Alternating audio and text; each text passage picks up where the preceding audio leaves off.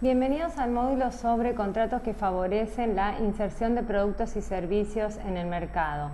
En este módulo vamos a analizar la forma en que las empresas pueden llegar con sus productos al consumidor. Sabemos que las empresas siempre tienen como preocupación lograr que sus productos lleguen al consumidor de una manera rápida, de una manera eficiente y con el menor costo. La existencia de canales adecuados de comercialización es muy importante, es uno de los elementos más importantes porque no alcanza con el precio, la calidad o la innovación en un producto. Es necesario que ese producto llegue al consumidor. Para eso, las empresas deben tener o integrarse a canales de comercialización. ¿Cómo pueden entonces las empresas llegar al consumidor? Pueden hacerlo a través de canales de comercialización directos o propios.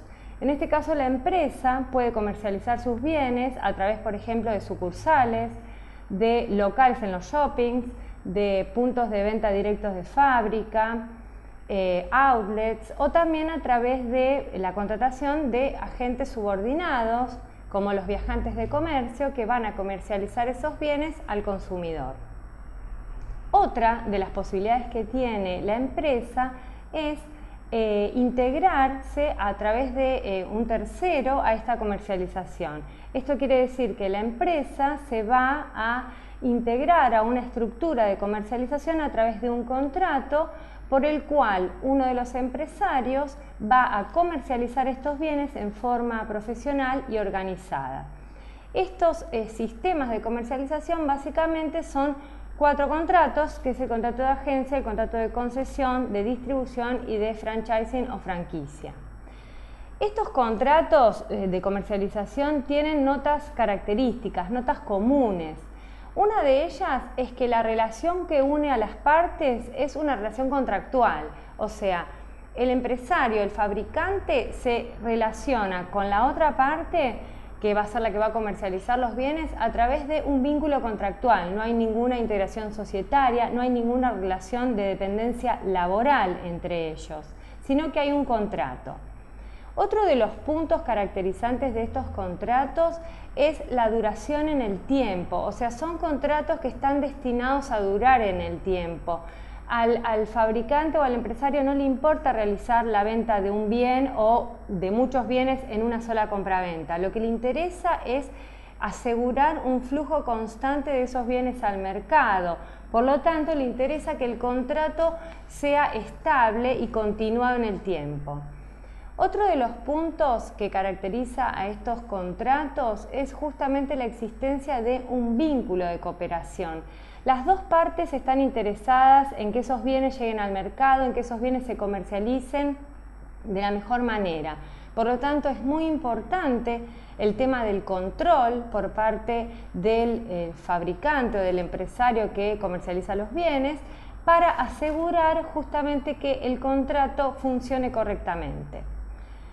Otra de las características que tienen estos contratos es que hay una de las empresas que comercializa los bienes que otra produce, es decir, hay una empresa que se dedica a producir o a fabricar bienes y la otra pone a disposición de este empresario toda su estructura comercial, toda su estructura empresarial y por supuesto corre con los riesgos de esa actividad.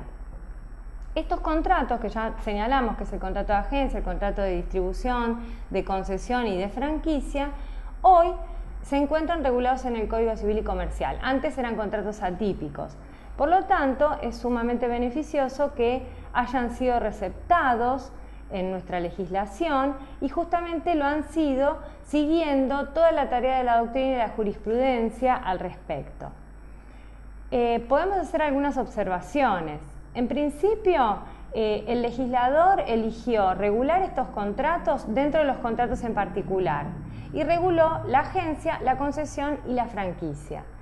Vemos que hay una ausencia de unas normas, unas disposiciones generales que agrupen estos contratos, como sí lo hizo el legislador con los contratos bancarios o con los contratos asociativos.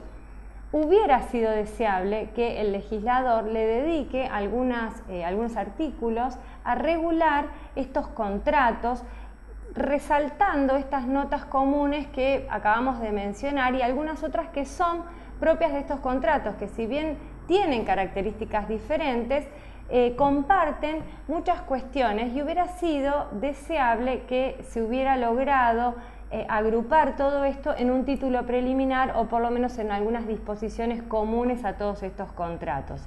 Y también hubiera sido deseable que se hubiera dado un nombre, porque el código elige regularlos a los 3 contratos, uno detrás del otro, pero no les da un nombre. Por ejemplo, los hubiera llamado contratos de comercialización, para evitar toda la cuestión terminológica que existe al respecto de estos contratos, que alguna doctrina los llama contratos de distribución en general, justamente para diferenciarlo del contrato de distribución en particular. Denominación que consideramos que es más confusa, por eso optamos por hablar de contratos de comercialización o sistemas de comercialización, porque si bien nosotros nos enfocamos en el contrato que vincula al empresario con el que va a comercializar los bienes, no podemos dejar de ver que se trata de un negocio jurídico complejo en el que también se dan otros contratos independientes y que ha hecho que hoy en día la doctrina aplique la teoría de los contratos conexos a este tipo de contratos. Otra de las cuestiones que vemos es que el código no regula los 4 contratos, regula 3 de los contratos, y el contrato de distribución lo regula por remisión dentro del contrato de concesión, estableciendo en un artículo, en un inciso, que las normas del contrato de concesión se le aplican al contrato de distribución en cuanto resulten pertinentes. Esto es innecesario, digamos, porque hubiera sido mejor regular a la distribución como contrato genérico que comparte muchas características con la concesión y después regular aquellas cuestiones que hacen que la concesión se diferencie de la distribución. Por ejemplo, la obligación de prestar asistencia técnica, de comprar repuestos, de otorgar ese service postventa, que no están, por supuesto, en la distribución. Entonces hubiera sido mejor regular primero la distribución y después quizá con algunos artículos abarcar ese aspecto y regular la concesión. Pero no se hizo eso. En todos estos contratos vamos a ver que estas notas que dijimos al principio se ven reflejadas en el código. Por ejemplo, podemos resaltar el hecho de que esta vinculación contractual sea estable, sea permanente. Esto el código lo resalta cuando habla del contrato de agencia, porque dice que la agente va a tener que ejercer su actividad en forma continua, estable, profesional. También lo vemos cuando en el contrato de concesión y en la franquicia establece un plazo mínimo de duración del contrato como una manera de proteger esa inversión inicial que hace, por ejemplo, el concesionario. Otra de las características que tienen estos contratos y que se ve reflejada en el código es que son contratos en los cuales las cualidades personales del contratante son muy importantes, son definitorias para contratar. Por lo tanto, se prohíbe, salvo que esté expresamente autorizado en el contrato, se prohíbe ceder la posición contractual, por ejemplo en el caso de la franquicia, se prohíbe subconcesionar o designar subagentes, porque justamente lo que se trata es de preservar esa calidad personal que se ha tenido en cuenta al momento de contratar. Otro de los temas que también vemos que el código recepta es el tema de la exclusividad, o sea, el código específicamente tiene normas a este respecto. Otro de los temas es el de la clientela, que hay que tener en cuenta a quién le corresponde la clientela en estos contratos, por eso el código expresamente también se refiere a ello. También permite el tema de las cláusulas de no competencia, que son consideradas válidas siempre y cuando tengan un límite temporal, que no puede ser superior a 1 año.